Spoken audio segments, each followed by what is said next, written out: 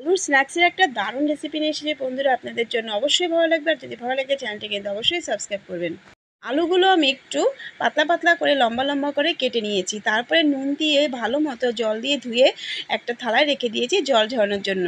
এরপর আমি এখানে হাফ কাপ ময়দা দিয়েছি, হাফ চামচ নুন, হাফ চামচ হলুদ গুঁড়ো, হাফ চামচ লঙ্কার গুঁড়ো, 1 চামচ দিয়েছি গোলমরিচের গুঁড়ো আর 1 চামচ দিয়েছি বেকিং পাউডার। সামান্য পরিমাণ জল দিয়ে আমি ব্যাটারটা একটু ঘন করে গুলেছি, দেখতেই পাচ্ছেন কতটা ঘন হয়েছে। আর এদিকে একটা প্লেটের মধ্যে আমি আরও হাফ কাপ ময়দা নিয়ে নিয়েছি।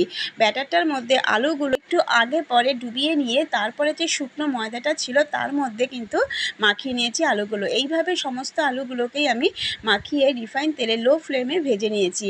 বন্ধুরা ভীষণ মচমচে হয়, ভাববেন না যে ময়দা দিয়ে হলে পরে মচমচে হবে না, দারুণ হয় খেতে। আর বাচ্চারা তো একদম চেটেপুটে খাবে। তাহলে রেসিপিটা কেমন লাগলো অবশ্যই কিন্তু কমেন্ট করে জানাবেন, আর একদিন কিন্তু অবশ্যই